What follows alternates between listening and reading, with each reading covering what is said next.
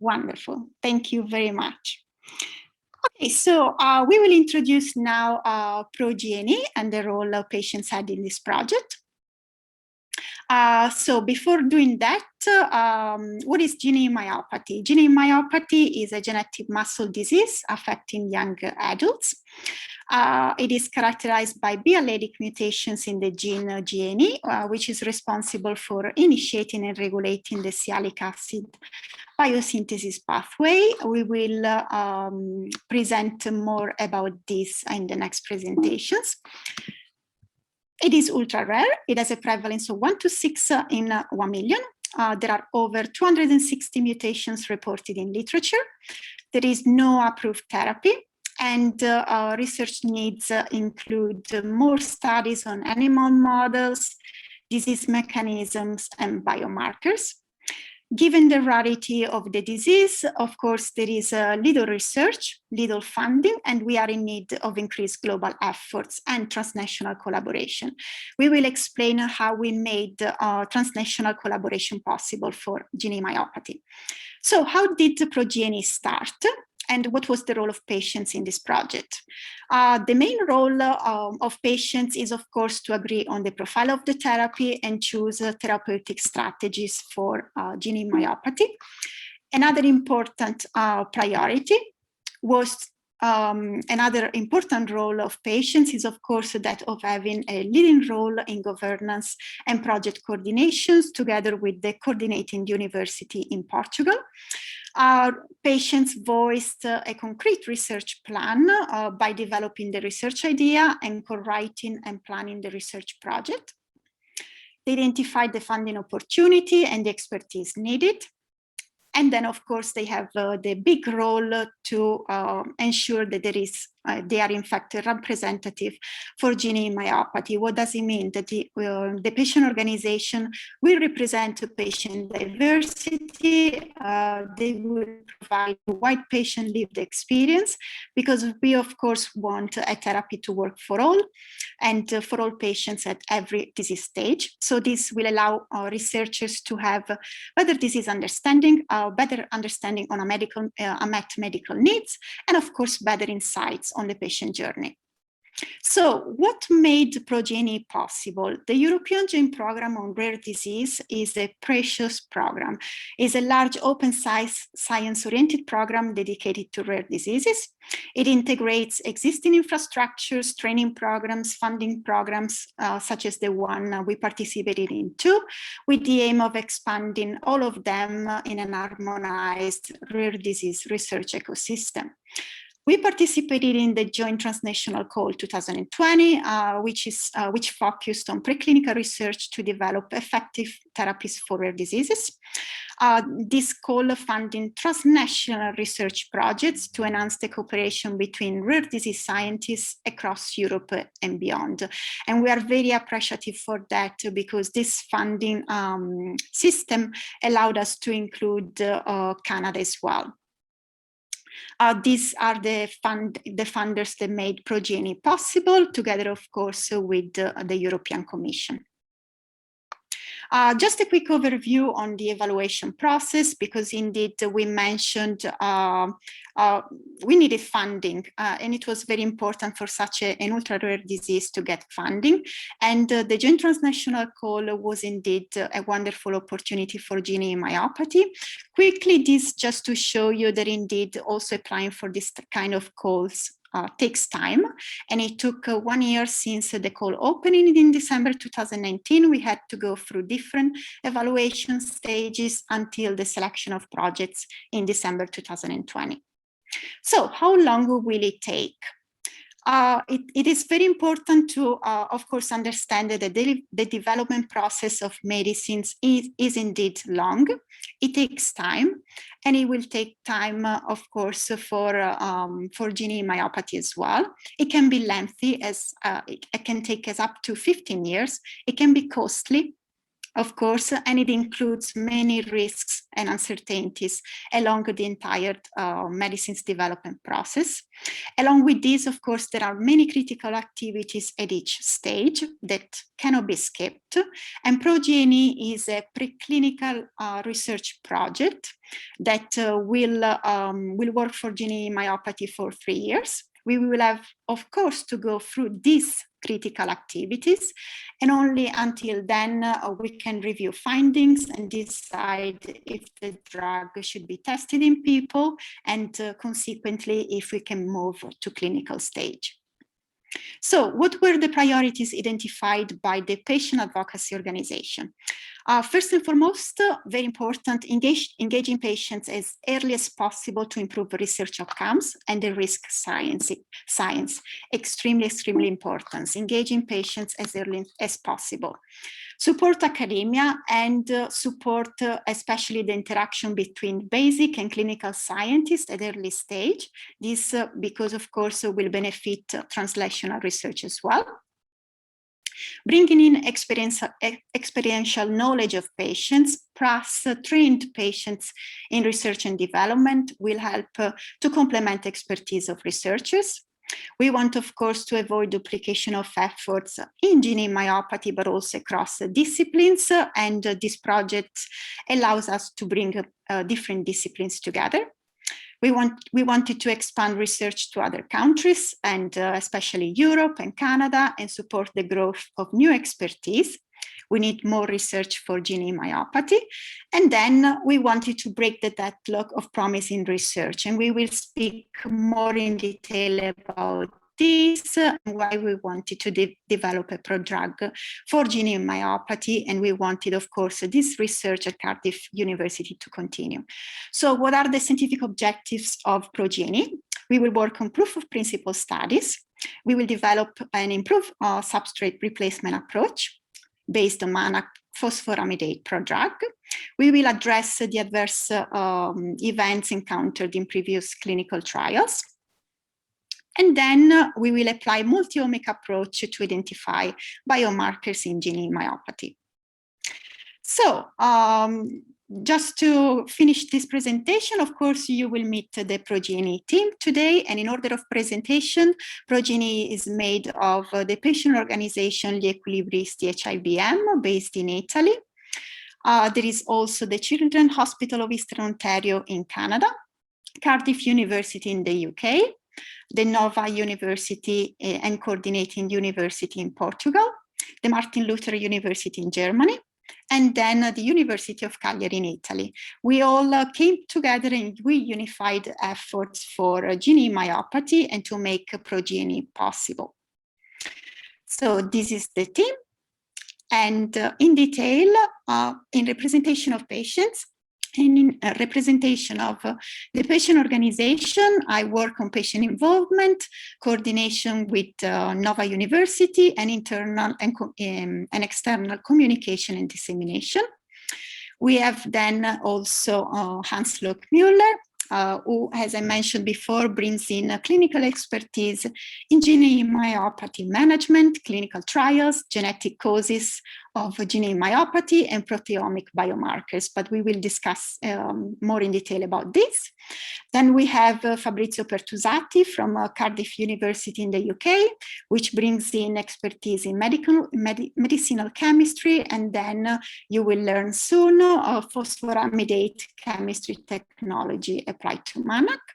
Then we have our coordinator, Paula Videira, which with the team at Nova University coordinates ProDGNE and brings in expertise in congenital disorders of glycosylation.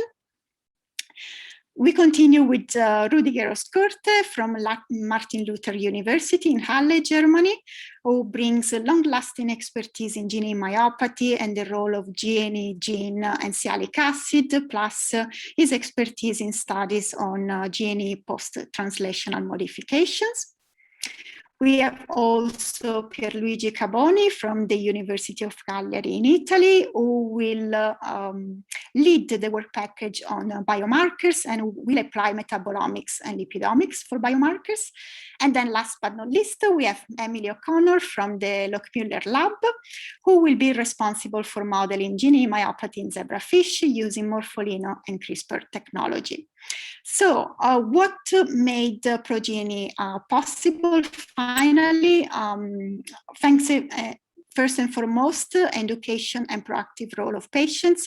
And this cannot happen without the help from training programs like the one of Urordis and Myopathy. It's very important because indeed education of patients make projects like ProDGNE possible.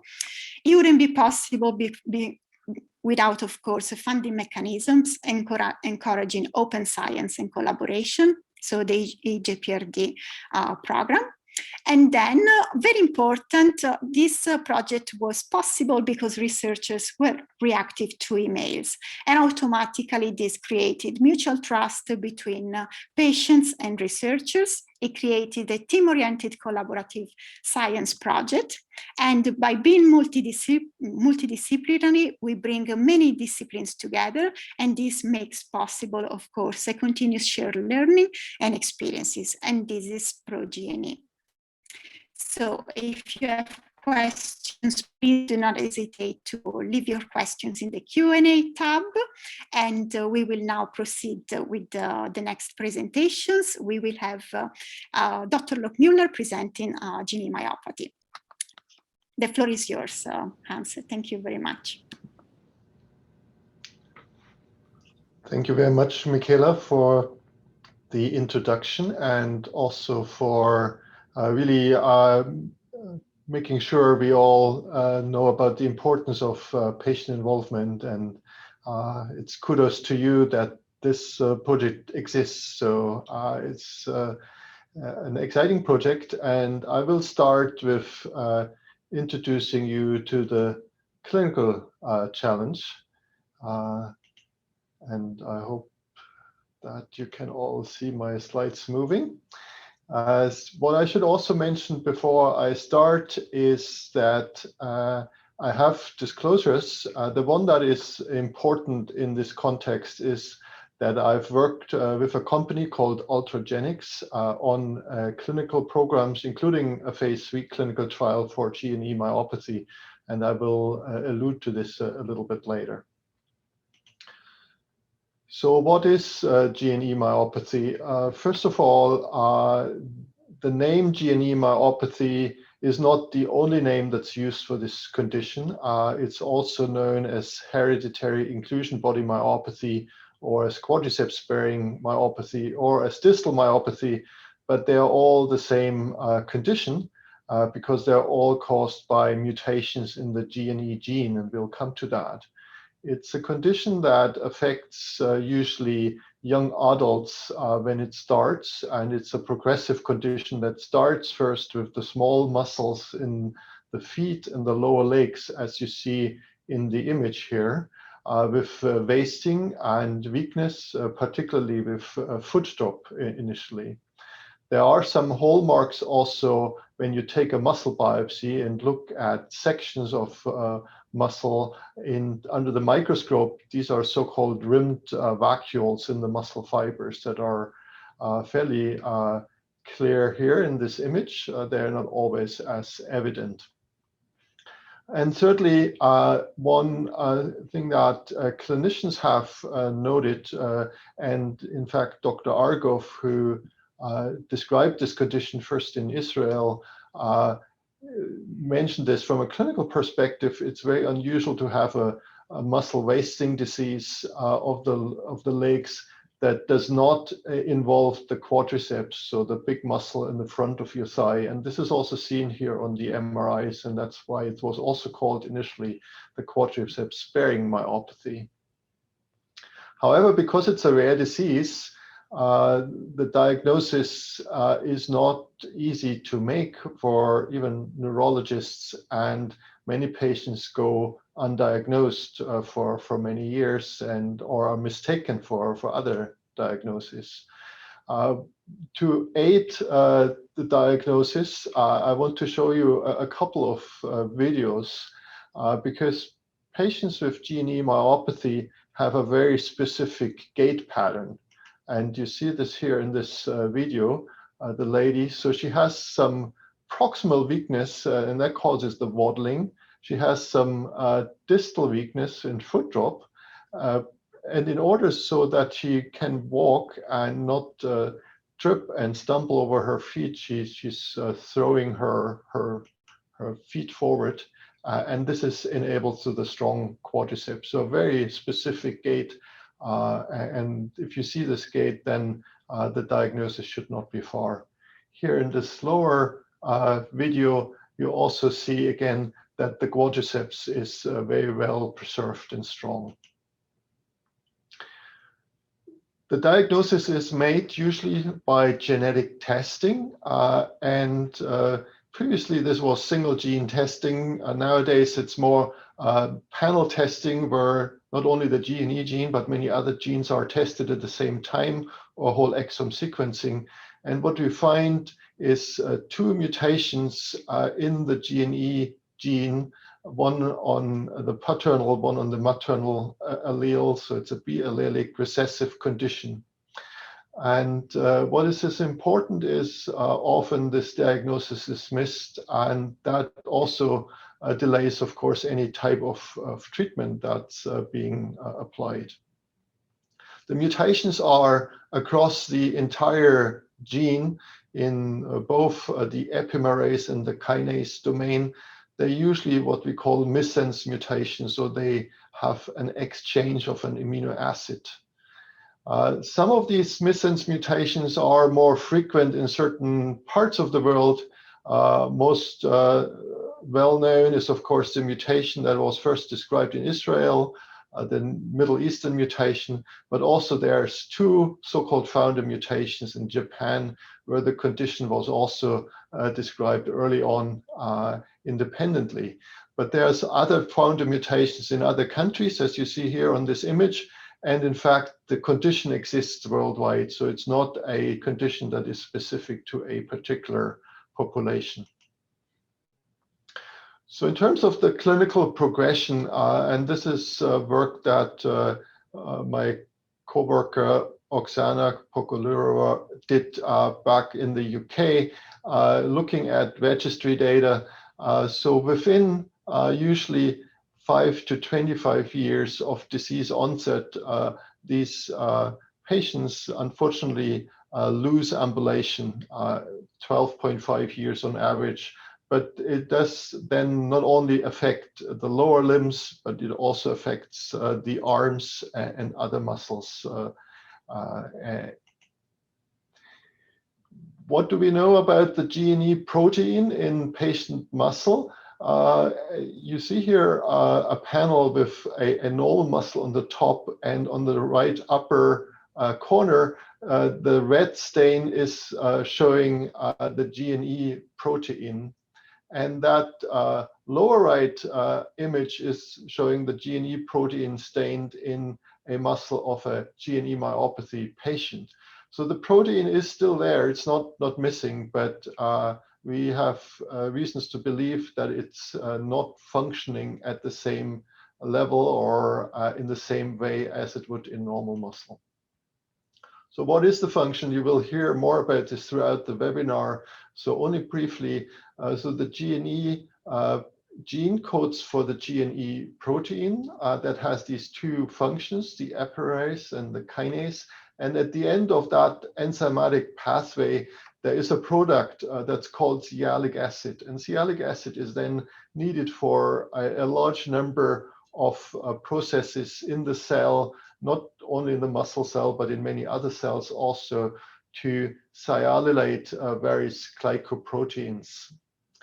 And which ones are most important for muscle is not entirely clear at this point. But in any case, the key function of GNE, as far as we know today, there might be other functions as well, is production of sialic acid. So therefore, a logical step towards therapy was, can we replace sialic acid? So can we give sialic acid to patients with GNE myopathy, and does that improve their myopathy? And does that stop the wasting of the muscles, and can they keep their function, such as ambulation? And sialic acid can be taken orally, so by mouth. And this is what this study did, a phase 3 study, double-blind, placebo-controlled, that is now completed and has been published in the journal Neurology in 2019. So what we saw in this study is that we were able to increase sialic acid levels in blood by about twofold.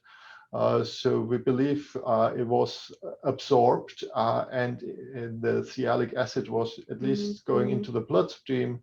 But unfortunately, as you see in this graph here, the primary endpoint, and that was the upper extremity score, meaning muscle strength in the upper limbs, was not improved. It was the same for the placebo group and the group that received sialic acid.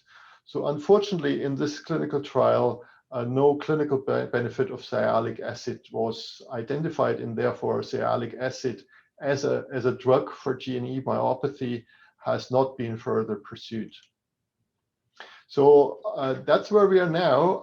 And the question is, well, what other possible avenues for therapy of GNE myopathy are open and should be pursued? And there's various ideas that are at different stages of development, mostly preclinically at this point, such as inducing muscle growth through myostatin inhibitors, replacing the missing gene through AAV gene therapy, to even fix on a genomic level the gene defect through CRISPR gene therapy.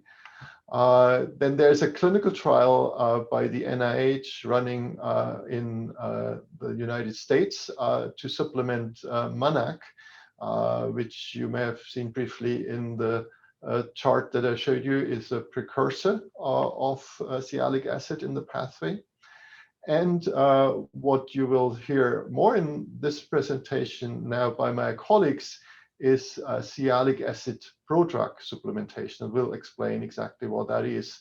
So you can make up your opinion, what it is that you think should be pursued or would be most successful. Maybe it's not just one thing, it could be several. And if you like, you can put your opinion in the chat box, and we'll see at the end whether we convince you that at least one possible avenue to therapy is the one that we are pursuing in this project. So there's my contact details, and then I will hand back over to Paula, I think.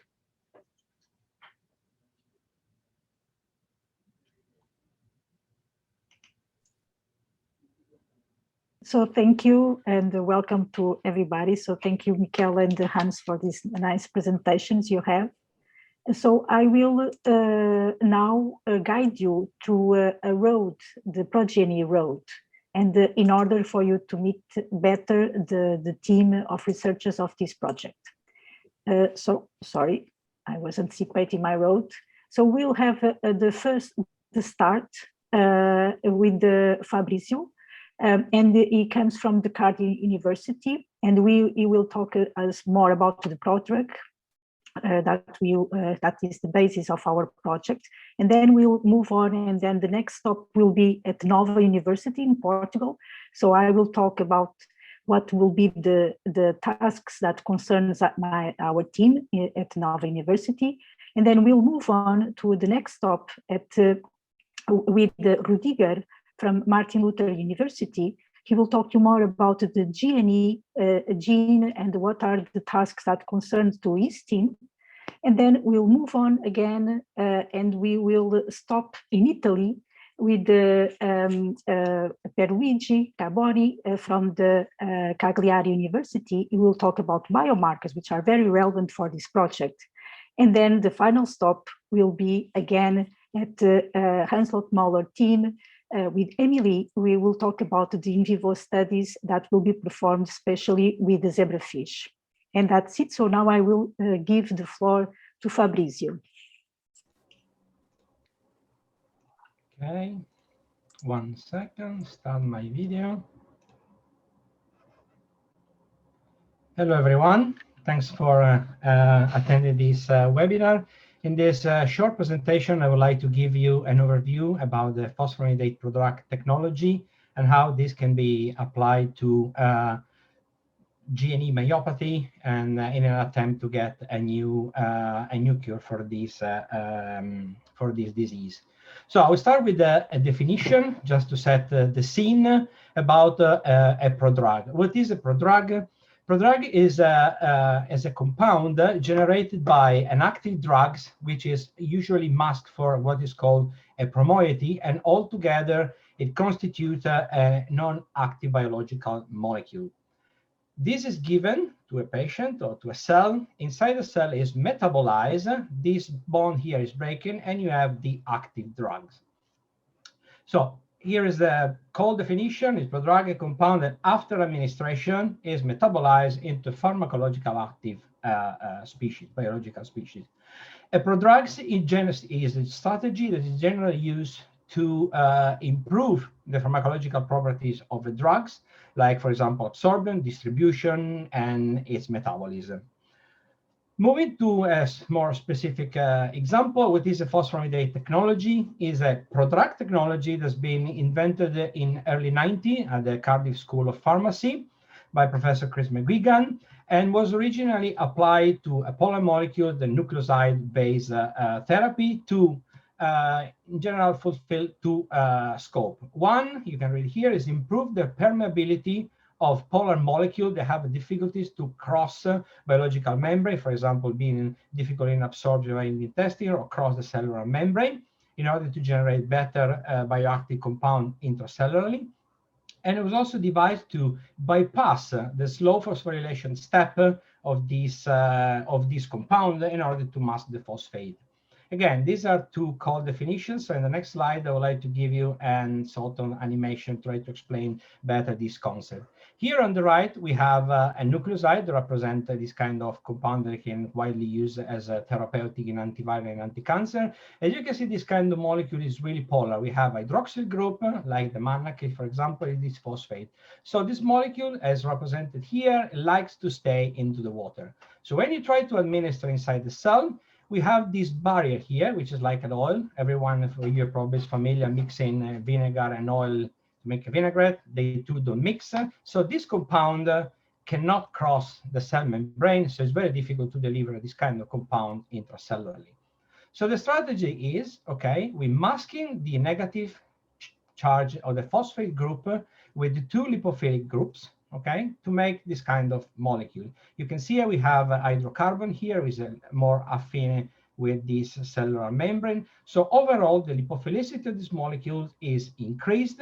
So now this molecule is able to freely pass the cellular membrane without any need of transport. So you already have bypassed one of the problems of the polar molecule.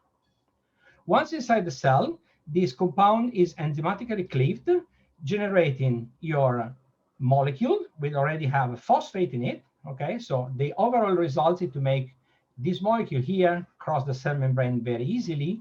And you, at the same time, you have the release of non-toxic promoiety parts inside the cell. So in one step, you have bypassed the polarity of the molecule and the phosphorylation steps. This technology has been really, really successful in the antiviral. And here we have 3 examples. This technology has been exploited by Gilead Sciences in USA to make the first orally available treatment for hepatitis C. Sofosbuvir is a very successful drug for treating this disease. This has been extended to tenofovir alafenamide to treating the HIV and HBV virus.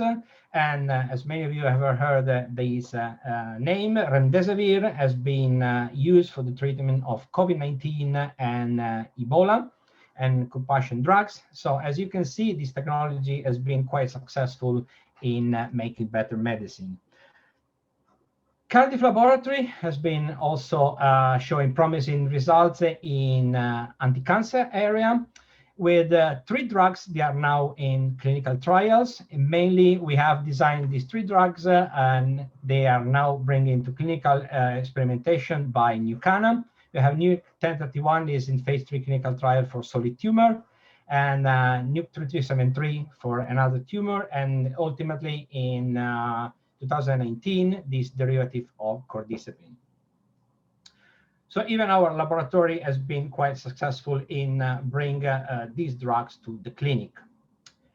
But we also are the only laboratory that have applied this kind of technology to carbohydrate. Back in 2008, we first tried apply this prodrug approach on N-acetylglucosamine to try to generate some medicine against to treat osteoarthritis. And because this publication, we have been approached by an American company called Icorian at the time with the idea to apply this technology to the MANAC and in other carbohydrates to solve a problem in congenital disorder of glycosylation. So you remember here that MANAC is in phase 2 clinical trial now. So we're interested in these projects. Okay, let's apply this technology. And if you, probably most of you are familiar with this, we have the biological path for the synthesis of sialic acid. Here is represented the GNE enzyme. We take the N-acetylglucosamine, epimerized to N-acetylmanosamine, MANAC, and this molecule is then phosphorylated to the MANAC6-phosphate. So the idea is, okay, why we don't apply this technology to MANAC6-phosphate? So in one go, we will be able to bypass completely the GNE defective enzyme. So if the defective is in the epimerization part, you can bypass it with it. But also the kinases, the deficiency can be easily bypassed by delivering this phosphate. But if you remember the slide, the previous slide, when you try to deliver this molecule, it's pretty much impossible. Too many negative charge, this hydroxyl group make almost impossible to this molecule to cross the cell. So if we apply the prodrug technology, this molecule is now able to bypass the diffusion to go inside the cell, where it's enzymatically activated and basically deliver the MANAC6-phosphate. So basically bypass completely the defective enzyme. We start this project and we were able to synthesize a small library of MANAC prodrugs, and a couple of them have been tested for their ability to restore the sialic acid in GNE deficient cell. And basically, we were able to generate this proof of concept, and these prodrugs, and with another one, was able to restore the sialic acid level at concentration in the range of 1 millimolar. In this case, was behaving better than MANAC. So the idea is then to build on these results and then try to make this kind of molecule, study this molecule in more deeper and scientific manner in order to get a good drug, a potential drug for this disease. So I hope I give you this a good background and introduction to what the phosphoramidate product technology is and why it's applied to MANAC6-phosphate. And of course, I'm able to answer any question you might have. I'll now hand it over to Paula for her part in this research. Thank you.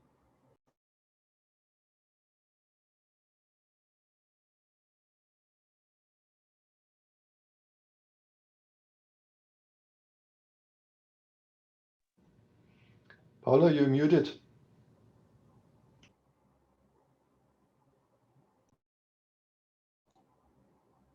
You are mute, Paula.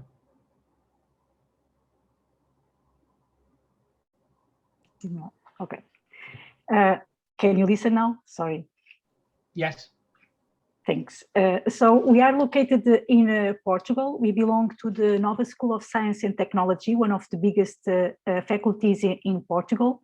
We belong to UCBio, which is the research center focused on molecular biosciences, also very relevant for our task here. And very important, I'm leading together with Vanessa Ferreira, international network that concerns congenital disorders of glycosylation. So this network integrates all the stakeholders that are with particular focus on congenital disorders of glycosylation. So we have patients, we have families, we have patients associations, clinicians, researchers, and also companies, with the goal of fomenting research on these ultra-rare diseases, but also engaging patients and empower them to have an active role on the development of new therapies for these rare diseases. Okay, this is the team at the Nova School of Science and Technology. So we have the team that composes myself, Dorinda, Mariana, and Zélia. So our expertise broadly, we can say glycobiology, but also cell and molecular biology and biochemistry and pharmaceutical sciences. And we also, together with us, we have several students from taking their PhD and also their master projects with us. And to complement our tasks, we have colleagues from other departments. From the mathematics departments, we have Isabel and Regina, and also from the chemistry departments, we have Eurico, to complement us with analytical methods, biostatistics, and also the structural and molecular biology. So if we have to enumerate 3 keywords from our background expertise that brought us here, are on rare diseases. So we are focused on congenital disorders of glycosylation to understand their pathological mechanisms, but at the same time, through the CDGLI Spain network, we have an extensive work with multiple stakeholders, and we have created several resources centered on the patient's needs. And that's what we also intend to bring to this project.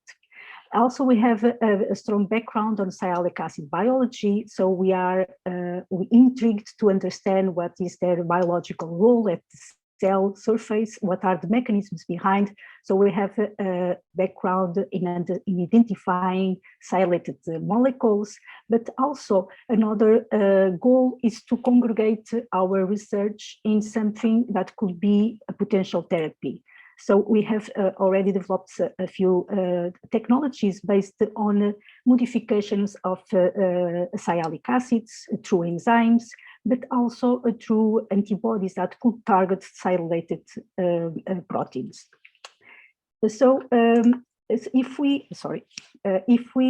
could also put it in words, this background, we could say that we have a background in understanding the modulatory role of sialic acid, also to understand the dysfunctional mechanisms of congenital disorders of glycosylation, understanding the role of sialoglycans in the cell biology with a high also on biomarkers, and at the same time, the patient engagement is very important, and also to contribute to the education and empowerment to provide an active participation of the patients in drug development and care. So we think this is the formula, let's say, for the future research and development of new drugs based on glycobiology. So our scientific tasks at ProDGNE, so these will be tasks that will be performed in strong collaboration with other colleagues. So for instance, the projects from Fabrizio team, we will focus on that, and we will perform NMR studies to understand what are their relationship between their structure and their biology, at the same time that we also apply the computer-aided platforms and machine learning. Once we have the lead compounds from these first assays, we also will test these compounds in cells from patients, and to address their safety and their efficacy, and their efficacy in terms of restore the biosynthesis of sialic acid. And then finally, this will be the last part, and performed with the Hans Luckmauer team, will be to test these lead compounds in mice with the alterations in the GNE, and that could test and select the most effective and safe prodrugs. So the leading roles at ProDGNE, and so will be the coordination of the project and management, and this will be in strong collaboration with the Michele Onali. And also scientifically, we'll perform the structure-activity relationship and testing the efficacy and safety of the compounds. So we want to guarantee together with all the team that we have a translatability of our findings and that we engage several stakeholders like researchers, clinicians, patients, and also regulatory agencies. So we are very open to future collaborations for the future of our project as well. So this was my brief presentations. If you have any questions, just you have also my contact here, and please use the chat for further questions. And now I will give the floor to Rudiger. Okay, yeah. So, welcome everybody. I am located here in Halle. Halle is a mid-sized city with 250,000 inhabitants, around 100 miles or 100 kilometers, 150 kilometers south of Berlin. And I would like to concentrate in a short presentation on GNE myopathy, and the role of sialic acid. And what is very important, what I would like to mention here, is that sialic acid is a sugar, but it's not only one sugar, it's a family of sugars. And this sugar is not needed for energy metabolism, but it's a structural component, and a structural component of many, many glycoproteins. And the proteins really need these sugars for their function. So sialic acid is involved in the structure and in the folding of proteins. Very important also in the half-life of proteins, and in the immune system, it's very important for the antigen decoration. And nowadays in pandemic situations, it's also very important that sialic acid is involved in pathogen infections. And my main focus in my research is the role of sialic acid in cell-cell interactions. This kind of slide you have seen now quite often, but again, it's very important to mention that the GNE is a bifunctional enzyme, has two enzymatic activities. First, the epimerase activity, which is needed to form MANAC from GLUGNAC and to remove the UDP, the activation signal. And then the second enzymatic activity is a kinase, where MANAC is then phosphorylated in position 6. And what is also maybe important is that sialic acid, the end product of this pathway here, the activated sialic acid, CMP activated sialic acid, is a feedback inhibitor of the GNE. Now I would like to show some milestones. I know this is not completely fair because many other people than mentioned here have performed a lot of work with sialic acid.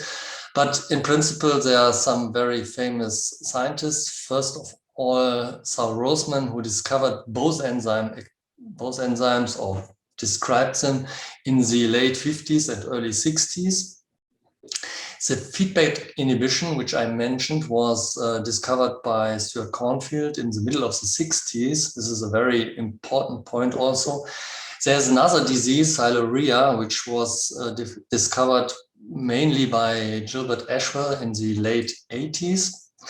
But then I was moving into the GNE field in the 90s, and this was in Berlin in the lab of Werner Reuter. And there were two students working. One was Stefan Hinderlich and the other was Roger Stasche. And they tried to clone these two enzymes, so the epimerase and the kinase, because at that time it was not clear that these are two different proteins. And after really 3 years of purification, the hard way, so the protein purification from liver material, they realized that they are purifying the same protein. So this was a point that GNE was shown as bifunctional protein.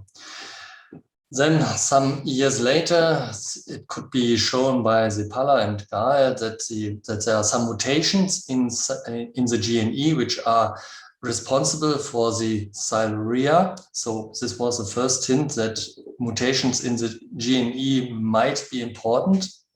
And then I entered a field where we just wanted to show how important is sialic acid and in mammals. And for this, our goal was to knock out the GNE in the mouse, and this we did in the early 2000s. And we could show that GNE is very important because the knockout is lethal. And interestingly, and now we come to the GNE myopathy, at the same time, Stella Mitrani-Rosenbaum in Israel or in Jerusalem could show that GNE variants are important or probably responsible for the GNE myopathy. So this is, for me, the starting point of sialic acid, GNE, and the GNE myopathy. So my personal interest is, of course, the protein itself, because we do not know so much about the protein, the GNE protein, because the GNE protein itself is modified, so post-translational modified, also by a sugar, which is N-acetylglucosamine. You see this here. And it's also phosphorylated, and both phosphorylation and ogluconaculation, which is shown here, is mediating the enzyme activity. And in this slide here, you can see that the wild type GNE and the first variant of the GNE, which was described in a GNE myopathy, this one here, has different post-translational modification, and also the enzyme activity. This is the GNE, so the epimerase activity is different, of course, in the wild type and in this variant, but it's not zero. And you see that also the post-translational modification have an impact on the enzyme activity. So my part in this consortium is to quantify, because this is the thing we can do, of course, to quantify the activity of the enzymes, so of the epimerase and also of the kinase activity before and after treatment. We are interested in the sialylation of proteins after the product treatment, and also of the post-translational modification, also of the GNE itself. And for this, we are creating cell-based models. And our final question will be, what is more important for GNE myopathy, the sialic acid metabolism or the modified GNE itself? Because this is very important for the strategy with our product, because this is the idea to have the sialic acid metabolism under control. So with this, I would like to thank you for the that I could present this, and I give the next presentation to Pierluigi Carboni from Italy. And I'm happy to answer questions later, of course. Thank you, Rudiger. From our side in Italy, we will study the identification of potential biomarkers. Sorry.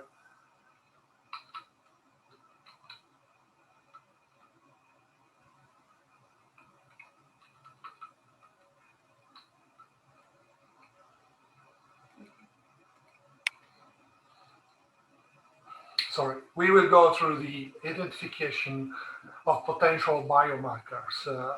We will do this through metabolomics and lipidomic platform.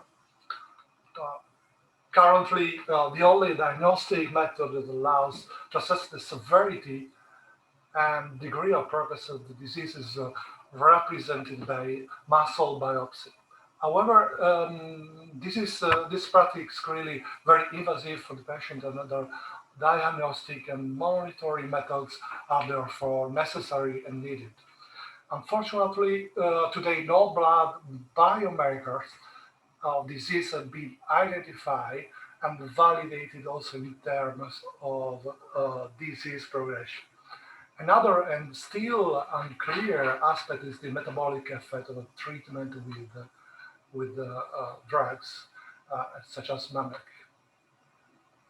The aims, based on the evidence and the unsolved problems characterizing the pathological picture of GNE myopathy, our group and our people will work to clarify 4 main points. The identification of potential diagnostic biomarker that allows monitoring and effectiveness of the treatment administered.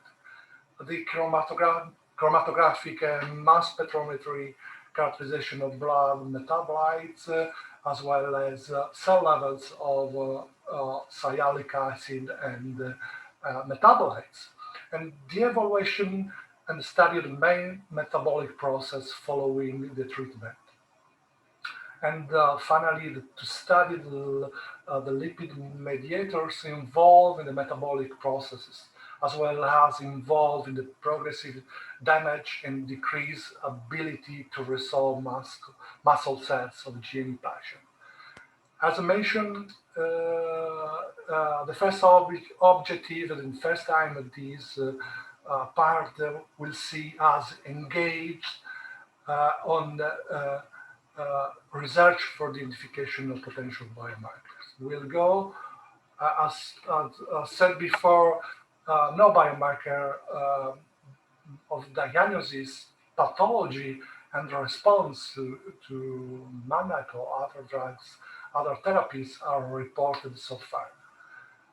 So we ask ourselves, are there other mechanisms other than sialic acid involved in myopathy and contributing to the disease?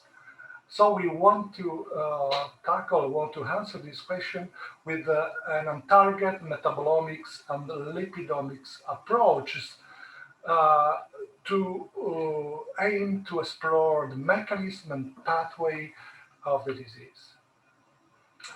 This approach will, in fact, allow to evaluate by comparing samples from animal models treated with prodrugs, those metabolites that are upregulated or downregulated. The statistical evaluation of these compounds will therefore allow us to identify biomarkers that should be validated. Metabolomics big data provide information on up and down regulated metabolites will finally allow us to reconstruct the individual GNE phenotype. For what concerns the second aim, with a target metabolomic approach, we will measure free sialic acid and derived metabolites. The quantitation of these metabolites will allow us to evaluate the response to prodrugs and the monitoring of the re-establishment of the correct functioning of the sialic acid pathway. The achievement of the third aim will involve the study of the metabolic process before and after treatment in order to evaluate the effect of the treatment administered on cellular metabolic activity. The study of the main metabolic activity and processes involved in the pathological picture will let us to understand if and in which way the treatment will be able to restore the biochemical alteration underlying the disease, as well as the onset of the symptoms. Additionally, the fourth objective, the fourth aim is centered on target lipidomic study of chemical mediators involved and or responsible for the process that ultimately led to membrane damage and a reduced membrane regeneration capacity in GNE patients. Previous study reported that myoblasts myoblasts and myotubes derived from GNEM patient display a compromised muscle membrane repair response when compared to control cells from healthy volunteers. And by applying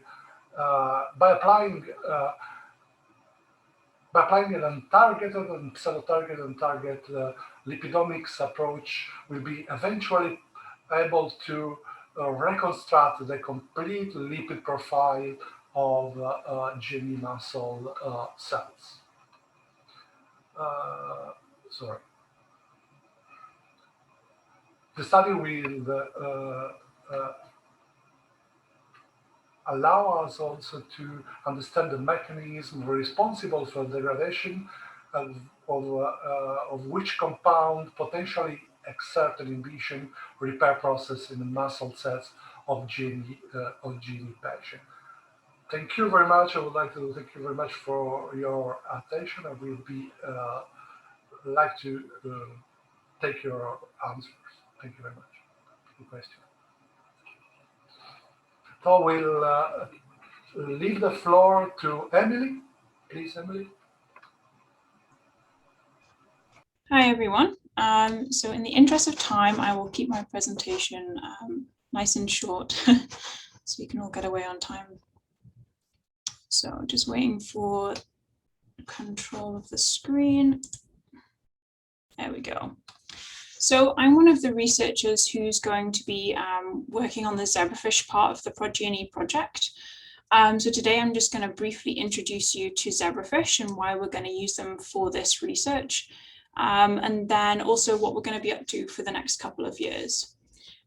So as you can see from this image, zebrafish get their name from the stripes that they have down their body, kind of like a zebra. They're very small tropical fish, so they grow to only about 5 centimeters in size. And you actually might have some of these at home. They're also a common pet fish. So why do we use zebrafish in research? So this is some of the main reasons that are important for our work. They develop very rapidly and externally from the mother. So basically zebrafish lay eggs and we can collect those and study them directly. Within a couple of days, they're already moving. By 6 days, they can catch food, and by 3 months, they're breeding adults. So this gives us a really short time frame in which to look at, which is helpful for sort of speeding along the research. They also produce a large number of offspring. So one pair of zebrafish can lay between 200 and 300 eggs just in one day. So we get huge N numbers in a very short time period. It's also easy for us to edit the genetic code of zebrafish. So actually the whole zebrafish genome has been sequenced. So we know where all the genes are in the zebrafish, and they have most of the human disease genes. They have like a zebrafish version of them. So that's great for when we're making disease models. In the zebrafish, we can also easily edit the genetic code by using things like morpholinos, which target the RNA, or we can use CRISPR-Cas9, which is something you might have heard of in the news in the last few years, which directly edits the genetic code. Another cool thing about zebrafish is they're transparent during development. So you can see a 3-day-old fish down here, and you can see some of the pigment cells expressing in their tail. They're starting to appear and they have fully pigmented eyes, but we can actually see through the skin in the tail, which is where most of the musculature is. And this allows us to track the muscle structure over time during developing zebrafish while they're still alive. So that would be great when we're looking at muscle structure. Fish also perform well-characterized movements during development. So this is also a great way to look at how muscles are functioning. So this is one of the movements that they perform at 1 day post-fertilization. And these are just called chorion movements. So they sort of twitch around in the egg sac. And this is part of the nerve and muscle development process. And finally, basically because of all of these things I just mentioned, they're a good model for doing high throughput drug screening in. So because we can study large numbers at once, we can easily screen for toxicity and effects on movement. So that'll be very helpful for this project.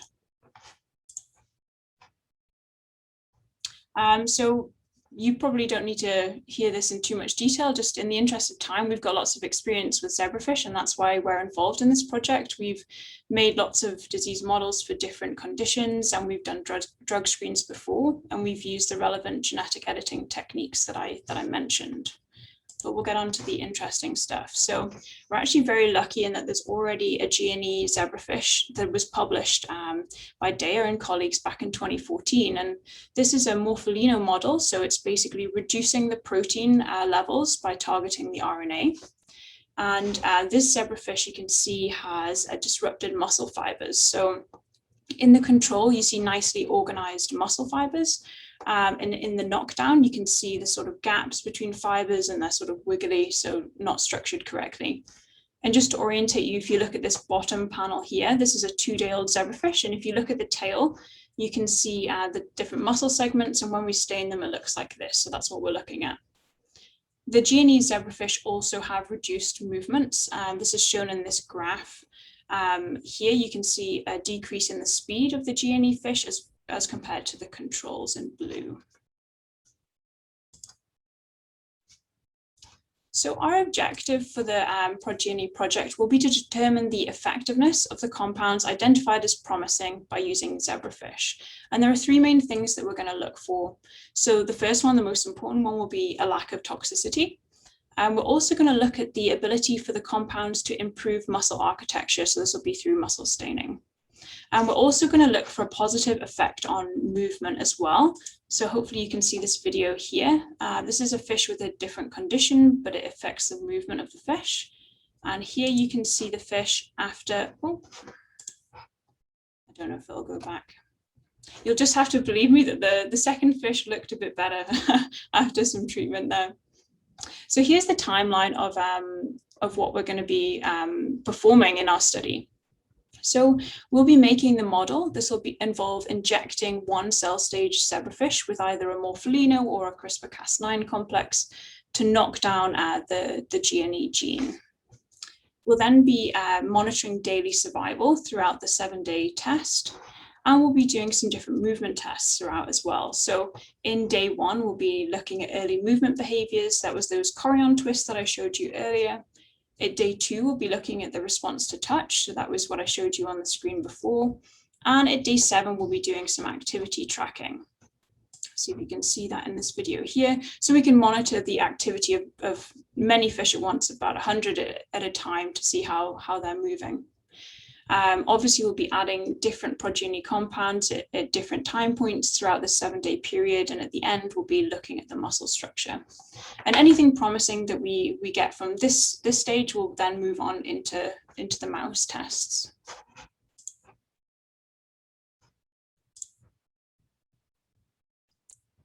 So thank you very much all for your attention. And yeah, we're really excited to be involved in the project and looking forward to reporting back to you on our findings, hopefully in the coming months. And obviously you can email me if you have any questions as well. Thanks. Thank you very much, Emily. Thank you everyone for your presentations. We will start now. We will try to answer all your questions. We are definitely running late. So I will start with a question from Sudha Bhattacharya from World Without GNE Myopathy, the patient organization in India. So Sudha is asking, how will you address the 2 major concerns? Hypociliation might not be the sole problem in GNE myopathy. In that case, supplementations may not be effective. And the second question is lack of adequate animal model for drug testing. I don't know if Hans or Rudiger would like to answer this question. Yeah, I can make a start. So hypocilation might not be the sole problem in GNE myopathy. We are aware of that there's other hypotheses what GNE might do in the cell, but I think that the one proven sort of pathway and deficiency is clearly linked to sialylation. But you're right. So it is entirely possible that if we fix sialylation, then still the problem is not solved. But I guess the research project that we're doing will help to answer that question at least. Second question, lack of adequate animal model for drug testing. So, I mean, each animal model has pros and cons, and not every animal model can answer all the questions in terms of safety, efficacy, etc. I think the animal models that we have already, particularly zebrafish, will be very useful initially. And hopefully, by the time we are getting to the mice, there are further developments in developing better mouse strains that maybe also help us with the efficacy in a mammalian model. But it's clear that not everything, every single question can be answered by one particular model, and that's why we are actually using a mix of models from different labs.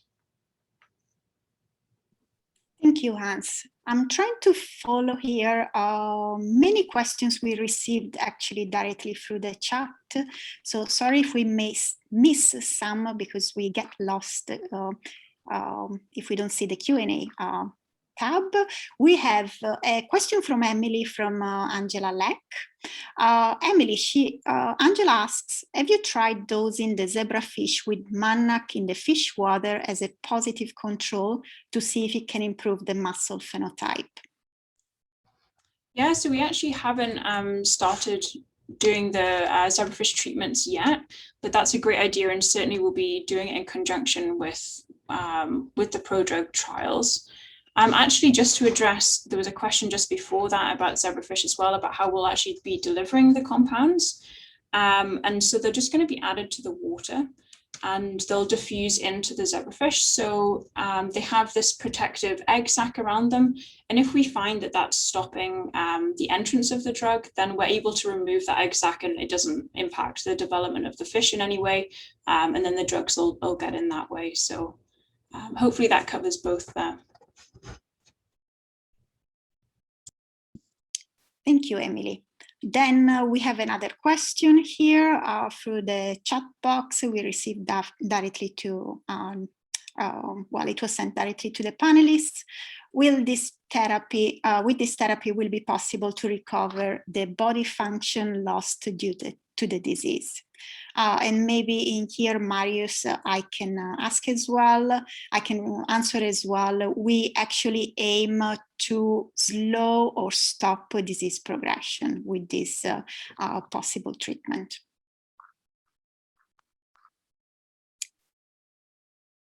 Okay, then I'm trying to follow more questions here. Do you see any more, guys? I'm trying to follow the chat tab. There is these questions for Marjan Wiesing. Right, if whether the mannac does improve the enzyme activity, like the chaperone function. Well, this was a comment, sorry. So if, okay, I see another question from Sudha. So this is for you, Pierluigi. Will the metabolomic study help understand the wide variation in disease severity in patients with same GNE mutation? We hope so. We hope to see differences and to see biomarkers able to help to understand the severity and the progress of GNE.